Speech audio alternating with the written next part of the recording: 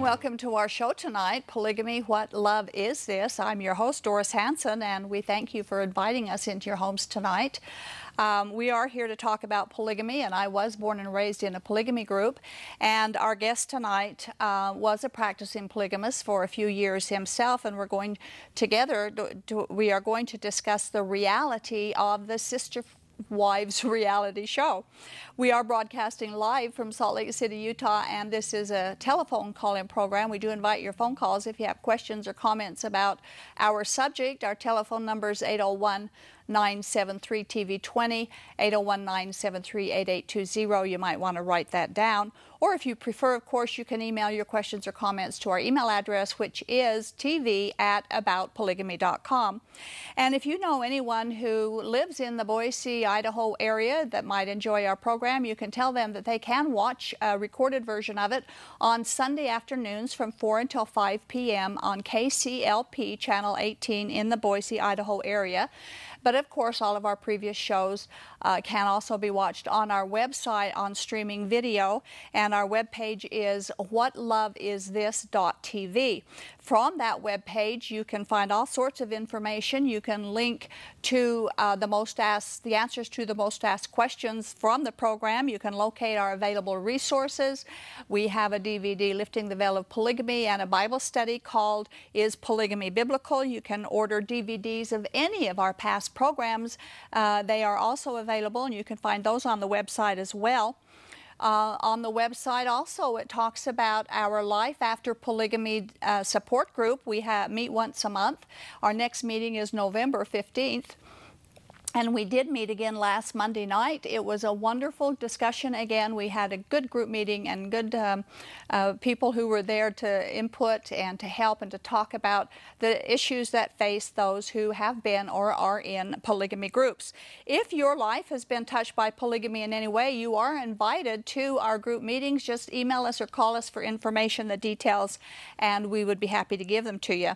Another website that may interest you, especially if you have or know someone that has a Mormon-based background, is sacredgrovesonline.org, sacredgrovesonline.org.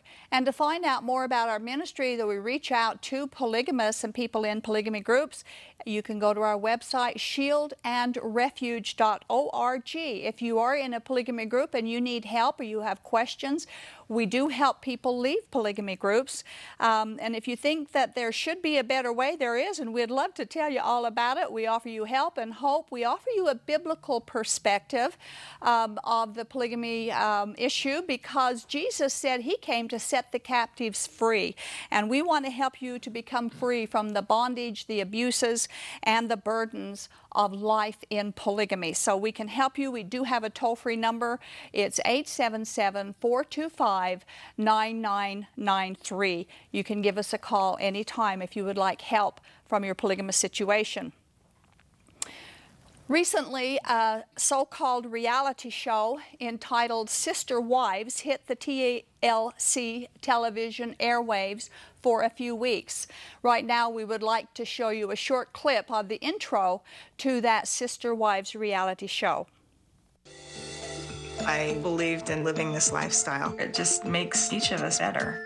I expected there would be other wives. I think there's room for everybody. I like Sister Wives. I wanted the family. I didn't just want the man. Love should be multiplied, not divided.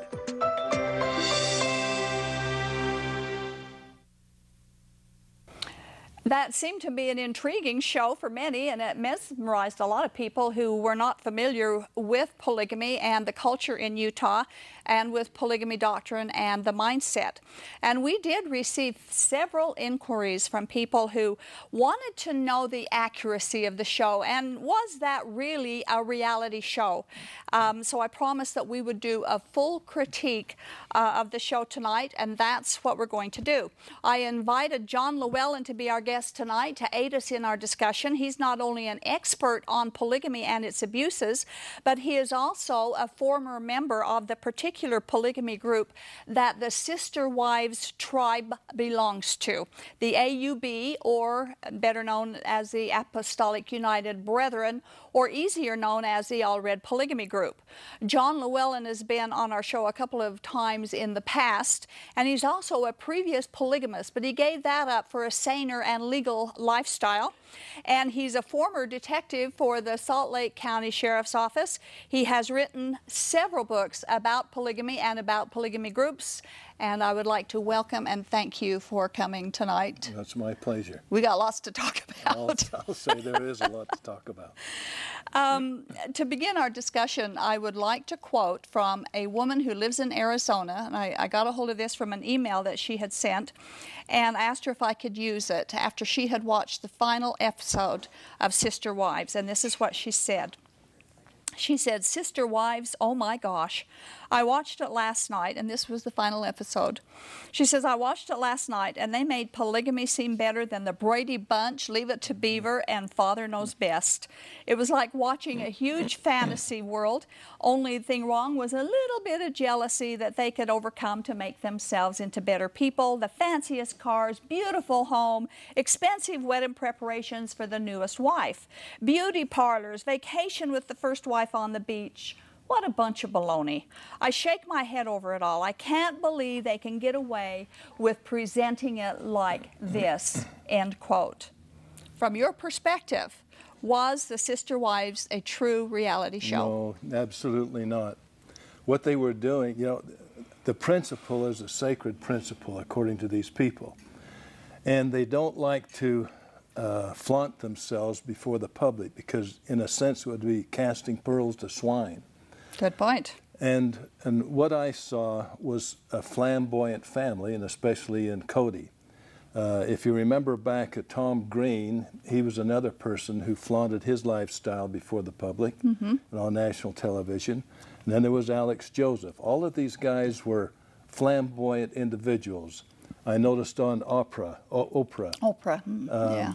when Cody would shift back and forth like that so his hair would swing. I noticed this is something that Tom Green used to do also when he was on television, when he had the long hair. And you said the long hair was significant for well, Cody. How significant is that in the reality of the presentation?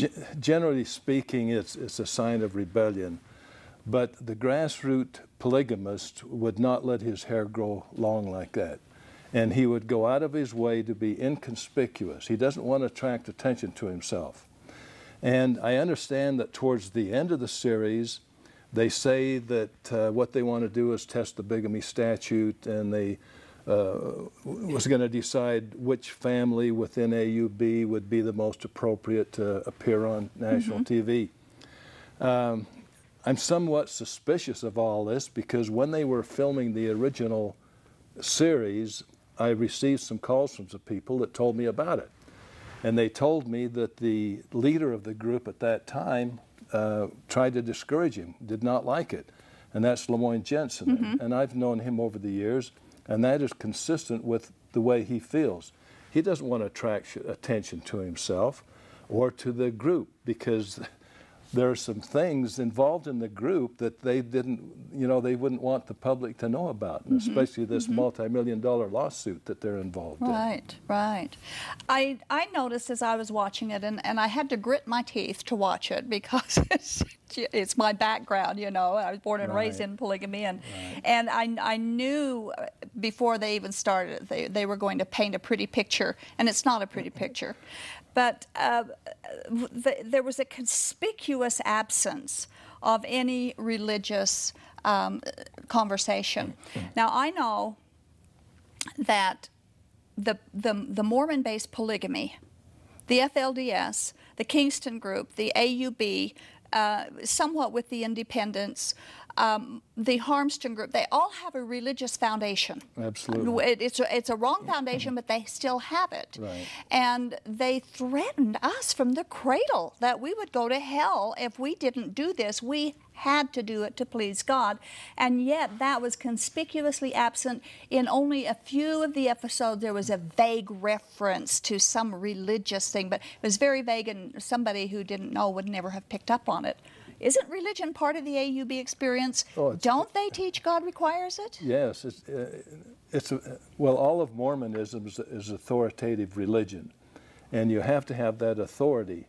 And the women are subservient to the husband, and the husband is subservient to the priesthood. Mm-hmm. And I would think that they would have to have had priesthood blessing to go on this program. But I sense that there is something other than religion, something other than wanting to test the bigamy statute, and I hope the bigamy statute is tested in this event, because I see a man who wanted to be envied, who thought people envied him, and this is exactly what Tom Green was about. And I got to know Tom Green fairly well, because he was the paralegal in the 2 lawsuits where I was the lead investigator. Okay. So I got to know him. Mm-hmm. And when he had his criminal prosecution underway, of course the media wanted to talk to him, and he just kind of poo-pooed the criminal aspect of it, saying, oh, you know, I'll be able to handle that, there's nothing to worry about.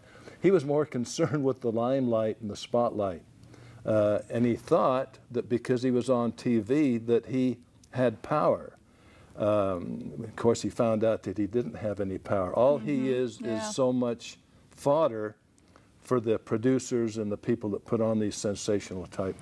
But with Tom Green, there's a little difference than there is with Well, actually, there's several big differences. There's no pedophilia going on. That's true. And as far as we know, they're not receiving welfare and food stamps. Right. And In fact, it's a lot of the media that have contacted me has wondered just where they get their money to have that nice house and all those vehicles and the clothes and etc.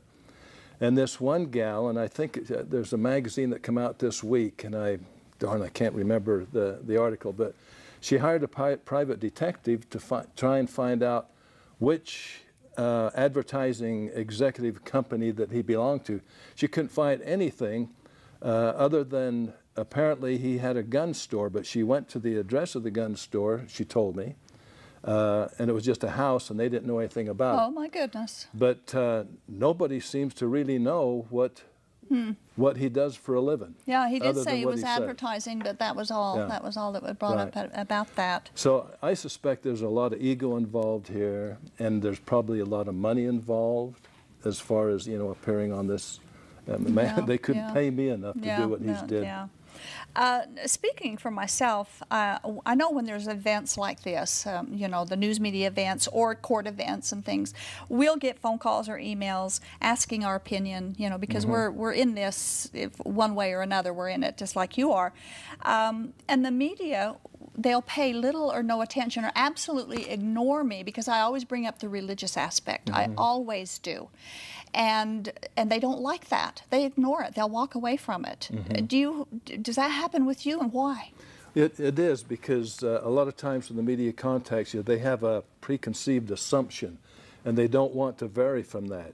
In other words, they've pretty much made up their mind, and they want you to support what they're doing. And if you don't do that, why they cut you off. Or they'll misquote you, right? There was one fellow that got a hold of me, and he was doing an article for an insurance magazine, and they were interested in how the polygamists could afford insurance for all these different families and how all that worked. And he was entirely objective and knew nothing about it, and so he was one of the very few really objective media people or journalists that I've talked to about this. Good. Well, religion is such a huge part of it. They do it for religious reasons. Oh, it's the backbone, it's the driving force behind it all. And for them not to go into the religious aspects, and especially the group that he belongs to, I think that it was kind of fraudulent. The show was fraudulent in that respect. And I suspect that there was an agreement at the very beginning that they would avoid as much of the religious aspect, and especially with AUB, because of the problems that they have had in the last few years. The following comment was made from a viewer of the Sister Wives, and this is what the comment said. Now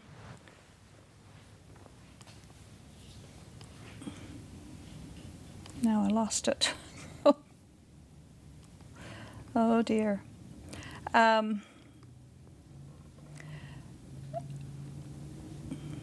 Excuse me, folks, I'm sorry, but I did lose that comment. I wanted to talk about it. Let's talk about, we'll get to that in a minute. Let's talk about Cody's, Mary, her name was. Mary was talking to him about her jealousies. She was being honest. Did you see that particular episode? And he was talking about what would he do if he saw her with another man? And he said he was afraid that his reaction would appear hypocritical, which it was hypocritical, and it did appear that way, but he couldn't handle the idea of her being with another man. No. And yet it's okay for Mary and other polygamous men and their wives to watch him go up to another woman and hug her and kiss her and caress her and tell her that he loves her while these other wives are watching, and then they get to watch him go into her bedroom for that night. I mean, this isn't the prescribed marriage of the Bible. This isn't. God doesn't pull these kinds of ugly tricks on women. What is your thinking of his action, of his answer to her jealousies? I think his answer was fairly typical for most polygamous men, because she belongs to him. And he doesn't want anybody messing with his property, because essentially that's what she is property. And these guys are very possessive and watch over him like a sheep herder would his herd. Some of them are more liberal and some of them aren't. And you have a whole mixture of the fanatics, the radicals, and somewhat liberals in the AUB group.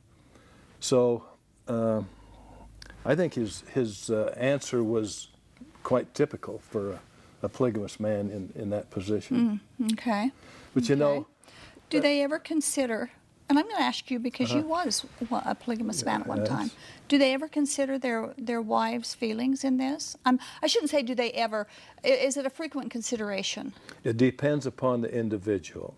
I have to admit that in AUB there's some pretty nice people, and there are men who really try to live it as honorably as they possibly can, and they do take into consideration the feelings of their wives. I feel like that I was like that. But there are others who don't.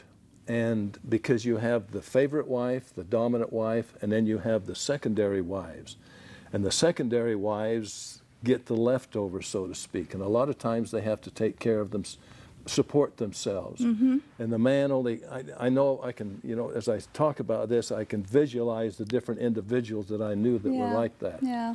The secondary children absolutely hated their father. I could introduce you to some of these kids because he was never there for them, and because of the way he treated his wives.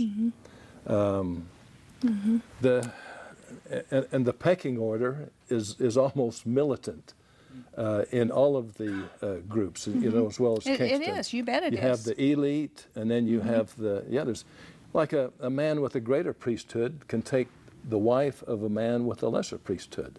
This is part of their well, that's what Brigham gospel. Young, he actually is the one who instituted that. Well, actually Joseph Smith did. I've read a few of his comments. I found the comment I wanted to talk about here of a viewer of the Sister Wives. The comment was, the Browns consulted with their polygamous group to decide which family would be the best to appear on the show so that they could challenge the law. The comment that had been reportedly stated by them was, "Bring it on." You know, to bring it on. And we talked about this briefly already. Is this something that you think that Cody and that family did independently? You know, I really do, from the feedback that I've got from the people that are close to the family and also close to the group as to the way it is now. I'm sure that they probably approached the priesthood to tell them what they had in mind, but this bravado stuff, bring it on, I hope the Utah County Attorney is listening to that, because what he's doing is flaunting it. You know, I think it was all about sensationalism and celebrityism, the more it was religion. They didn't teach the people about their religion, which justifies it. Right. All they taught about the good time they had, the flamboyance that went on. You could just see it. And that is totally unreality. That's right. It just doesn't. That That's isn't right. happening. I wouldn't be a bit surprised if it hasn't already happened that he gets pushed out of the AUB, and he'll wind up with some of the independents, maybe principal voices, those people there, which often Pro-polygamous, happens. yeah. I read an article where Cody seemed to think, he was interviewed a year or two ago, and he seemed to think in the article that it's funny that American society thinks that it's normal for a man to have multiple sexual partners, like Hugh Hefner, who has a TV show centered on him and his multiple girlfriends.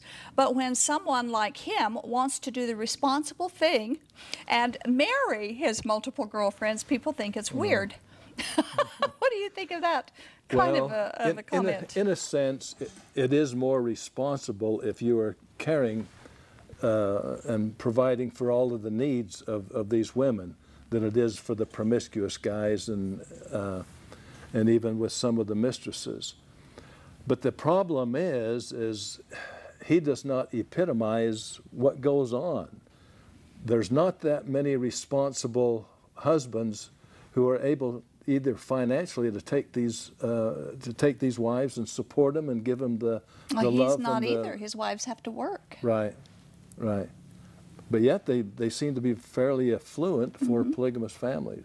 Yeah. And there are some affluent families. There are. And the more affluent Especially in you the are, the leadership. more wives you have. Right, especially in the leadership. Right. A problem I have with that idea is whether the man is a philanderer, an adulterer, or a polygamist, you can't compare one sin with another and say one sin is better than another. I mean, just because he married all of his girlfriends doesn't make it more right than the guy who's just got all of his mistresses. And another part of this is Hugh Hefner. I doubt very much if he's ever told any of his mistresses that they'll go to hell if he doesn't come and spend time with them and threaten them with the sons of perdition status for eternity. Right. So there's a huge difference in blackmailing them with God. There's a big difference. That's right. And two wrongs don't make a right anyway. Yeah. Well, you take a first wife or a monogamous wife. It's unnatural for her to want to share her husband with other women. It's unnatural for her to want to share her assets with other women. Right. Without some inducement. So what is that inducement? It's section 132 of the Doctrine and Covenants. Joseph Smith threatened Emma for destruction. Absolutely. If she didn't 54. comply. And then he threatened all of well, this is supposed to be Jesus Christ talking in the section 132. And he threatens all of the monogamous wives the same way, that they'll be destroyed. That's in verse 64 and 65 of section 132. He threatens the monogamous wives will be destroyed. That's right. If they don't let their husbands. It's the same threat as he gave to Emma. Sarah, the law of Sarah. Yeah, the law of Sarah is a bunch of baloney. Yeah. Even the early Mormons admitted that. Yeah, I mean, that gives the first wife the opportunity of choosing the plural wives, but that really doesn't happen. Right. Because I know of guys that will go and attend LDS singles dances to try and meet girls, pretend to be monogamists, and then get them to fall in love with them, and then try to teach them to be plural wives. And there's been some really sad stories along those lines. Sad. Because deception, see, there's no rules as to how you go about getting any wives, how many you can have, how old they should be. Right. You can even marry dead ones, which I was recently involved in a court case there, where the man married the deceased woman and took her children as his, you know, because now he was their priesthood leader and everything, and they treated her like dirt. Yeah. And that's a long story. Oh, there. my goodness. We saw the opening here of the reality show, and in the beginning, Cody would say, "Love should be multiplied, not divided." Now, this is a cutesy little, you know, one-time phrase. What do you think about that statement? Well, the first thing I thought of was the second great commandment, thou shalt love thy neighbor as thyself. But I don't think that's what he had in mind. I think he was wanted to love a bunch of girls, you know. And, I think that was his Y chromosome talking. Let's put it that way. Well, I thought about that for a few minutes, and you know, it is kind of a catchy little thing, and I thought maybe he thought he was being very creative by saying that. But the more I thought about it, the more I thought he hasn't multiplied love. He's multiplied his lovers, but he hasn't multiplied love. He's actually, in essence, he's fragmented his own love. He isn't giving 100% of his love to any one of his wives. And so in reality, he has divided his love because he has to divide it 4 ways. Right. And she never gets 100% of his love, 100% of his care, 100% of his money, 100% of his attention, like a wife deserves to have. And if those wives are normal, which I'm sure they are, there's always going to be that doubt. And he's going to have to continually reassure them that they're important, that he loves them, and but there is always going to be that doubt. Mm-hmm. And I've heard some of the pro-polygamous ladies say, "Oh, I've conquered jealousy, that's no problem." That's not true. You know what Mary Mackert says about that? That's her drug of choice. Denial was her drug of choice. She just stuffed it so far and deep that she didn't feel her feelings anymore. Yeah. But they were there. And that's what a lot of them do. You go down into Colorado City, we used to deliver flowers there, and some of those poor women walk around like zombies. Mm-hmm. Yeah. Just hurt so much that they didn't. There was just a shell of what they should be. Yeah. Well, you know, they say that it makes you a better person. I hear this from every single polygamy group, and every one of them say, "Oh, the jealousies we feel makes us into better people. We become more Christ-like by learning how to love instead of be jealous." But God didn't give us polygamy to be better, to learn how to be better people. He gave us Jesus to learn how to be better people. And polygamy certainly wasn't part of it. That's a very cruel, cruel way to try and do something like that. Yeah, God gave us a brain to think. Yeah. And the problem is they let their priesthood leaders do their thinking for them. Mm-hmm. And they sure do. Did you notice in the episodes you watched how Cody was the center of every conversation, I'll put almost there, almost every conversation, of almost every concern and focus. Once in a while a child was, or the children were, and once in a while a wife, especially the one that was having a baby, and then the one who got married. But it always ended up centering around him. He was the focus. Yeah. And the big, huge ego there, you can see it. And of course, he was managing his family, and a lot of these guys do that. Some of them overmanage and drive them away. And but you know, in all fairness, I do know of individuals who really try to do it correctly and honorably, but they are almost a rarity. As much as I didn't understand it at the time, I look back on it now, I think my own father was trying to be as honest as he could. He only had 2 wives, so he didn't have to juggle that much. But still, it was a burden. It was a tough thing for him to do.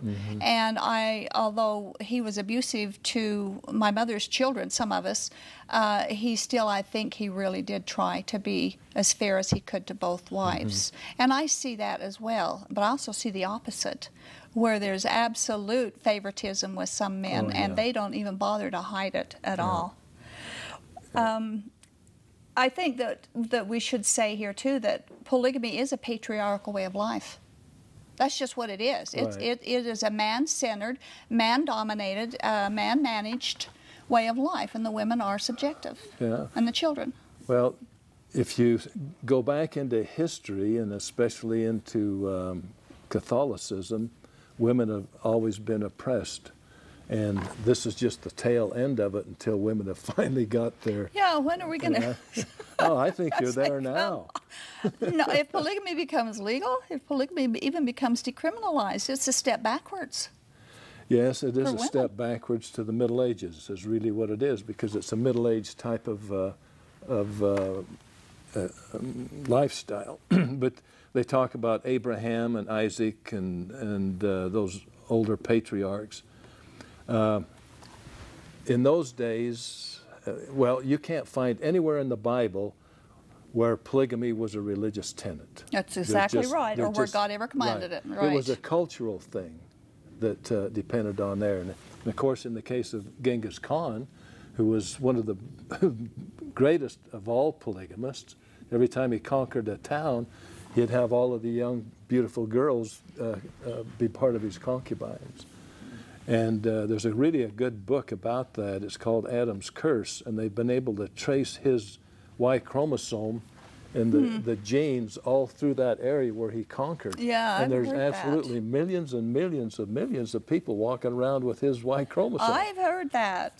There's quite a bit about that. Yeah. We've got some calls coming in. I've still got some more questions. We may not get to them all, but let's give it a try with the phone calls here. We have an off-the-air question from Michael from Ogden who says, please explain why polygamy is illegal. Why is it illegal? Well, for one thing, that was the only way that Utah could become a state, was to, and the manifesto in 1890 accomplished that. It was illegal in the United States and Canada and Mexico. That's right. All at the same time. And it's because it was oppressive to women. The women just weren't treated equal, and they were secondary citizens. They had no rights. They were treated as property, and in Colorado City, they are still treated as property, as Right. chattel. Right. It's not an equality. Right. Okay, I hope that answers your question. We have line 1, Jeff from Davis County. No, line 1's blank. Let's do line 2, Scott from Layton. Hello, Scott. Yes. Yes, you're on the air. Yeah, I just want to ask a question. I talked to your to the lady that interviewed me first, and I have a really big problem. I came here to Utah in '87, and then I went to LDS Church, and I joined LDS Church in '86, and then in '89 they really persuaded me to marry this girl. She was here without papers, and she probably wanted to get her papers and all that. But I have a lot of disagreement with LDS Church, even like before that, and I wrote some letters. And before we were to marry, they sent some people from the authorities of the church, from the 70s.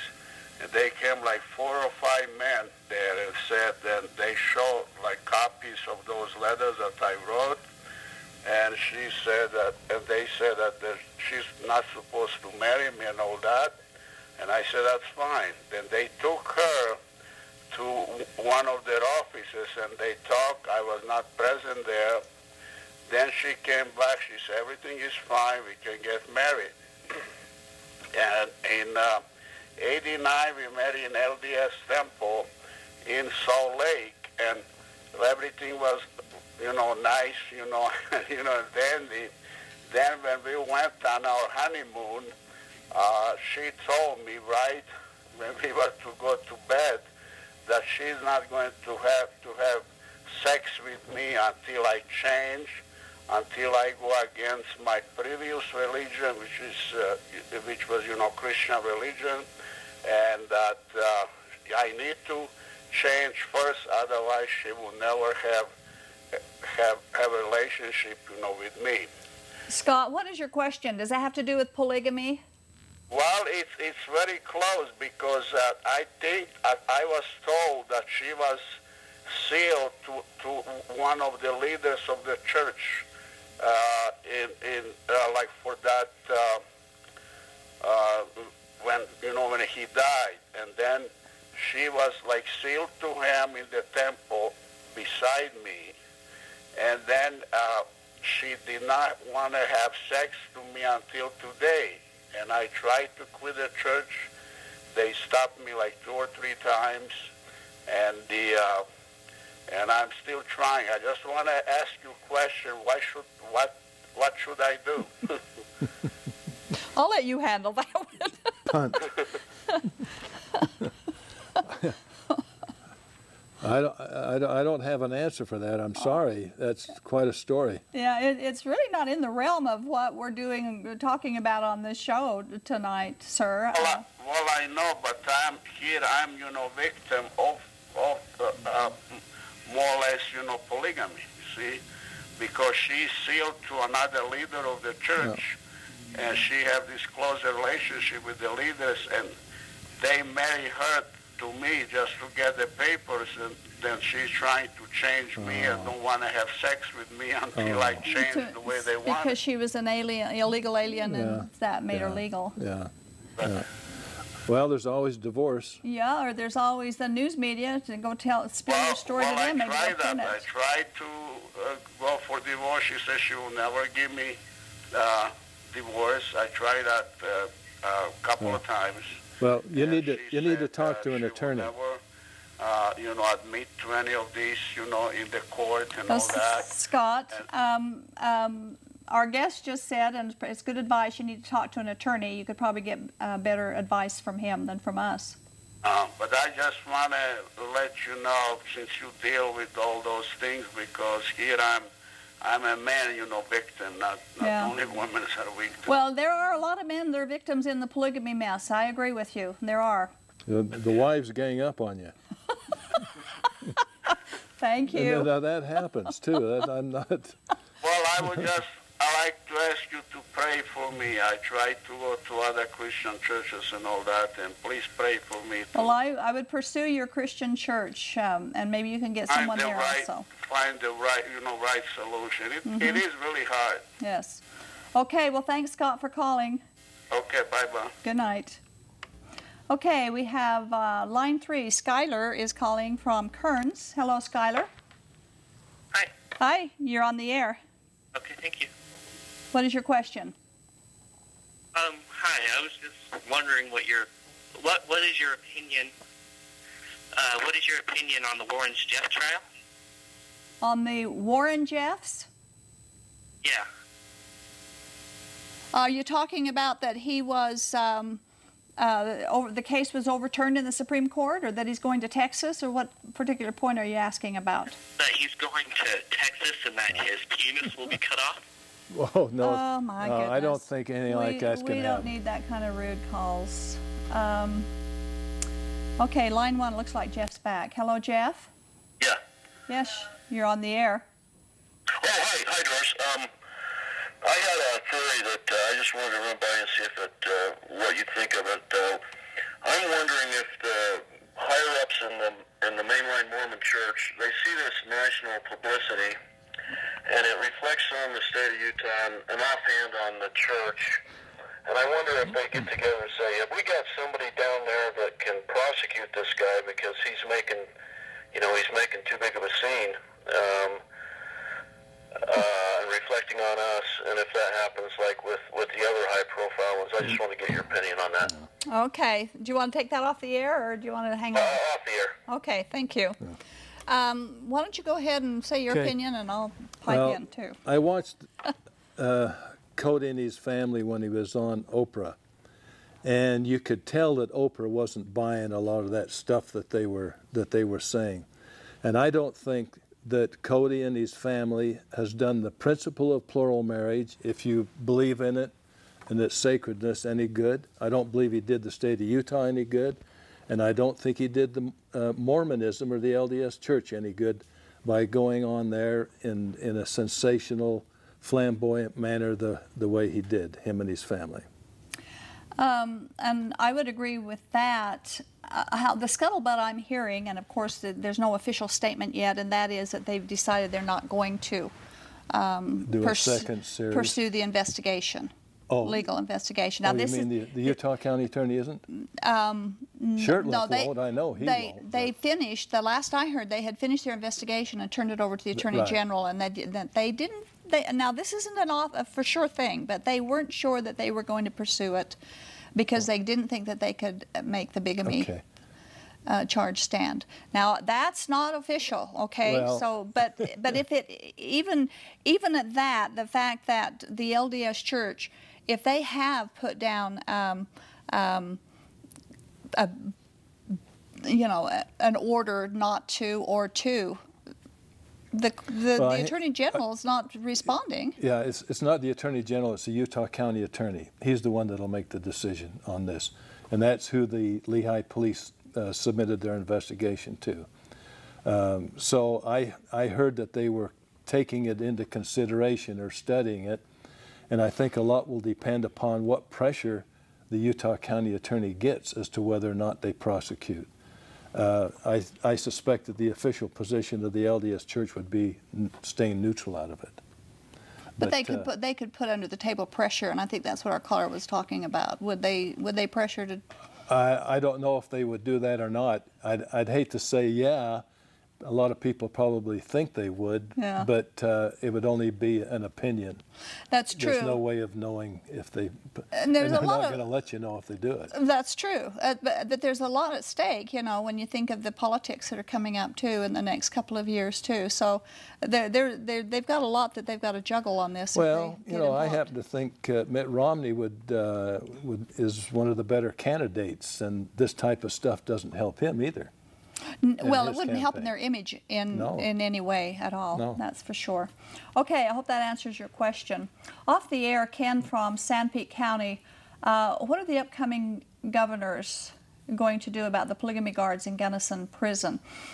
This is I'm sure he's talking about the election. There's the candidates for election. The polygamous guards who are in Gunnison. I talked about this a couple of times in the past. Have you aware of that? I don't think that there are any practicing polygamists who are employed by the state as guards. I don't. There are. This caller has proof. He has proof.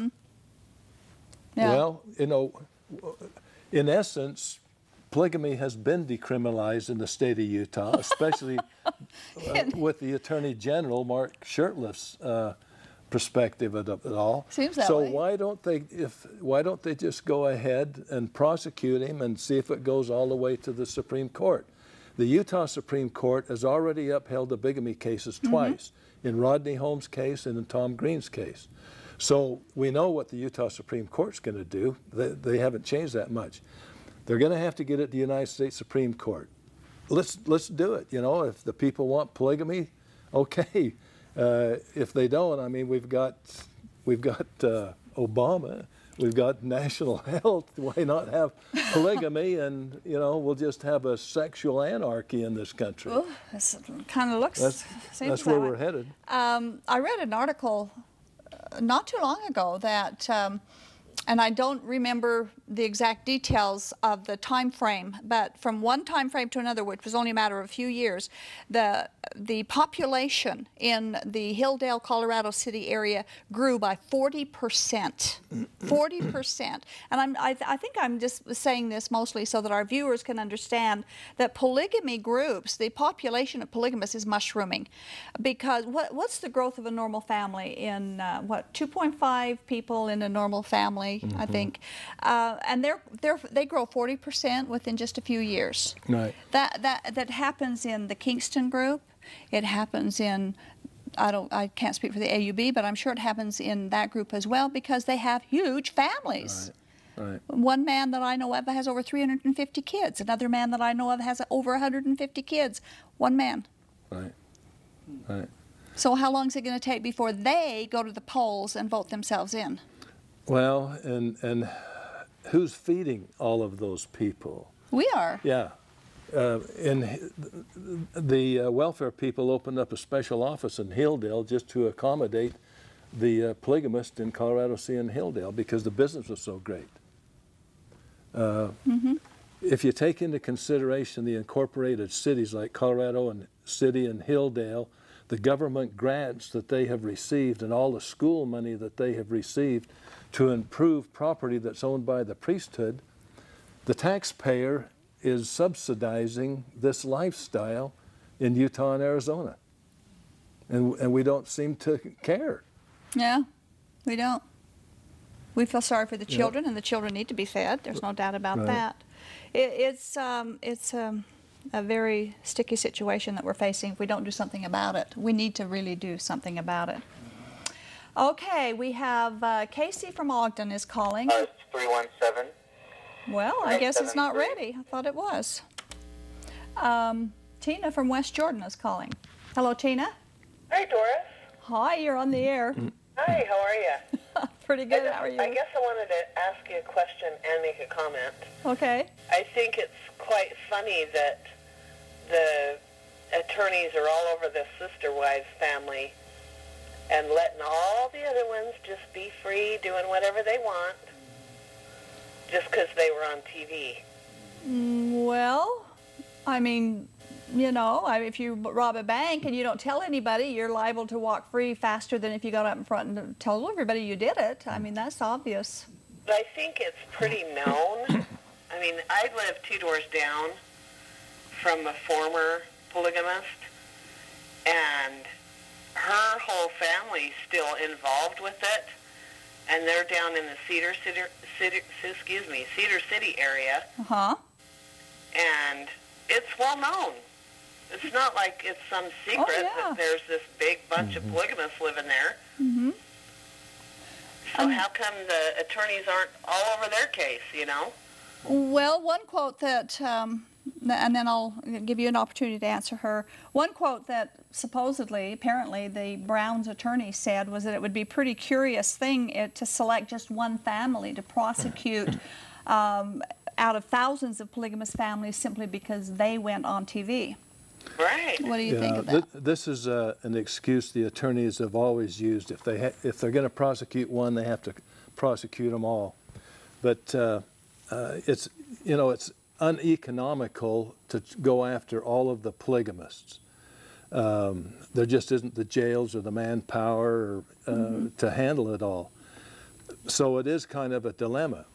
But my position is that every time there's abuse of some kind or coercion in these families, whether the woman or the child is 17 or 27, that they should use the bigamy statute to prosecute them. You know, if we decriminalize it, they think that the abuse is going to stop and that people are going to come forward. They're not, because of the authoritative responsibility. Most all of these groups, and in the AUB, every time there was some crime going on, some pedophiles and stuff, they hid it and they covered it up as long as they could until it finally became so well known, or it got known by the media, that they had to take action. Like the Greens. Well, Tom Green was an independent. But here's something that I'll tell you. In AUB, they have what they call a high priest council, which is equivalent to the apostles in the LDS Church. In the last decade, they have had 3 high priest apostles, and they're supposed to be selected by God, who have been excommunicated and drummed out of the group for allegedly molesting their children. And it only happened after it became common knowledge. Now, one of them, his name is Chevreau, was prosecuted, pled guilty, and served, I think, 4 or 5 years in prison. In fact, he might still be down there. I hope he is. Okay, so my question, Doris, is I have a friend that was married in the temple, still wears her garments, and has been divorced legally from him and married several times after that, but still believes in the church and what have you. But she's married to a husband that treats her horribly and smokes and drinks and whatever. Okay. And I've kind of thrown things out like, you know, you need to read the Bible. The reason why people can't get, or men can't get divorced in the temple, or men don't get divorced in the temple is because in their next life they're going to be polygamous. So True. isn't there something that's written that says that that's what they're going to do? Is that what they teach the men? That they're going to have their own planet and... Well, that's early Mormon. That's early Mormon doctrine. Yes, that the men will become gods. All polygamists believe it. That the more wives you have, the higher, more powerful of a god you will be. You will have a god. Some of them teach that for every wife you have, you'll have your own planet, and so the more huge of a solar system you'll have according to each wife. That's right. That's correct. And so the men can and still can get sealed to multiple women in the temple. And if a divorce does take place, it's not a temple divorce, it's only a mortal divorce. So they will have... I was trying to kind of tell her that that was the reason why. And I asked her if she had gotten a temple divorce, and she said not yet. And my feeling is that she feels that, and from what I've researched and what have you, I'm a former Mormon, by the way, that they feel like they have to do these certain things to get to God, and one of them is to be married in the temple with a man who is in the priesthood. Yeah, it takes a man to get a woman into heaven, and according so to their she's done doctrine. that, and that's what makes me feel like that's the reason why she won't get a temple divorce. Well, they may not even give it to her. I understand that that's quite a process if it even happens. Yeah. I just feel so bad for her. Well, she can be set free from all that if she would just turn to Jesus alone for salvation and throw out all of this other stuff, because we don't need anything else. Have you read the book Leaving the Saints? No, I haven't. Great book. I'd like to know who her father is. Well, if you read it, and I'll email you if you know who her father is. I'd sure like to know. Okay. Well, thanks for calling, Tina. Thank you. Sorry to take up so much time. All right. Thanks. Thanks. Good night. Okay. It's pretty sad, the web that is woven for some of these people. And again, that goes back to what I said earlier in the show. Jesus came, he said he came to set the captives free, and she can be freed in Jesus. Line 2, John from Salt Lake. Hello, John. Yes? You're on the air. Turn your TV down. Hi, thank you for taking my call. I'm sorry, I can't. Turn your TV down, John. Okay, anyway, yeah, my TV's off now, but my question kind of comes from someone who just moved out to Salt Lake, and I kind of have just kind of an overall question. You know, what is the current state of polygamy in Utah, in the United States? I heard you talking earlier about the numbers increasing, so is it really something that's taking place in smaller towns, in larger towns, and is it actually growing at a steady rate? Yes to everything you just said. It's definitely growing. It used to be just confined here to Utah, then it went to Arizona. Now it's in Texas, it's in Colorado, it's in South Dakota. Nevada. Nevada, it's in Mexico, it's in Canada. So it's growing. It's just like it has tentacles, and there's even pockets in Missouri back there. That's right, Missouri. There's a lot of pockets of it there. Yeah, and do these people? I mean, you were saying earlier they think that, or they think that they're fundamental Mormon, and so what is the Mormon Church in Salt Lake? How do they view that? How do they view all these kind of branches of people that are spurting up and practicing polygamy? Well, they don't like it. They deny that they have any part and parcel with polygamy, and they don't. They do excommunicate people if they find out they're practicing polygamy. But still, it's their history. They're the ones that started, and it's still in their books, and they still do it in the temple. So it's kind of a mixed bag. Okay, I see. All right, great. Well, that's my question. Thank you for your answers. Thanks for calling. Okay, an off-the-air question: do all Mormons and polygamists believe in polygamy in heaven? Yes, that's part of it. That's only the fundamentalist Mormons or the polygamists will be able to have sex in heaven, because there is no one is given marriage in heaven. That's why it all has to be done here. Before you die. What is sealed here on earth will be sealed in heaven. So that's in this section 132. And they believe that for every wife, they will have a world like earth, and the wife will be the Eve of that earth.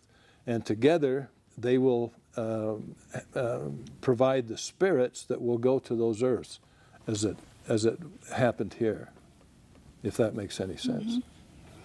And of course, the polygamists, their doctrine is remains from early Mormon doctrine that only they will be in heaven, only they will get the highest degree. That's right. And everyone else, the Mormons are apostates. Well, and the honorable people of the earth, people like Mahatma Gandhi and Abraham Lincoln and Thomas Jefferson, and those people will be the servants of the polygamists. Yeah. So you can imagine this little unknown guy with 3 wives. Abraham Lincoln's going to be shining his shoes, in the celestial kingdom. Doesn't make sense to me. It doesn't make a lot of sense. No. Well, we've come to the end of another show tonight, and I thank you, John, for coming. Okay, we got through a lot of our stuff, but there's so much to talk about we can't get through it all. I'd like to close tonight by quoting a small portion of an article that Susan Schmidt, who is a former guest of our show, and she's also a former 6th wife of Verlin LeBaron. She was asked to write an article on the sister wives, and I would like to quote part of what she said. She said, "Seeing the superficiality of this show troubled me. Was this family advocating polygamy as an alternative lifestyle for America? I couldn't help but wonder how much of this was drama and how much was authentic. Drama pays well, and truth sometimes takes a back seat to what is profitable in the entertainment industry. Did Cody fully understand that he was robbing not only himself but his wives of the beautiful intimacy and bonding and trust that God originally intended for marriage? It saddens me to see how easily he replaced the deep intimacies of a monogamous marriage for a little variety," end quote. Once again, I'd like to remind our viewers that God did not command nor condone polygamy at any time for any reason for anyone. Again, I challenge you to send us a verse or a passage from the Bible where it shows that God commanded polygamy for salvation or for any other reason. On the other hand, the first marriage modeled monogamy, not polygamy. And it wasn't until Lamech from the line of Cain that introduced for the first time polygamy into the world. And the Bible tells us that Cain had gone out from the presence of the Lord. He had left the presence of the Lord, so polygamy never had its origin from God or from godly people. We do pray that you will trust in Jesus Christ alone. He died on the cross for your sins, and you want to work for something that He has already paid for? We cannot and must not trust in the arms of flesh. Trust in Jesus alone. Thank you, and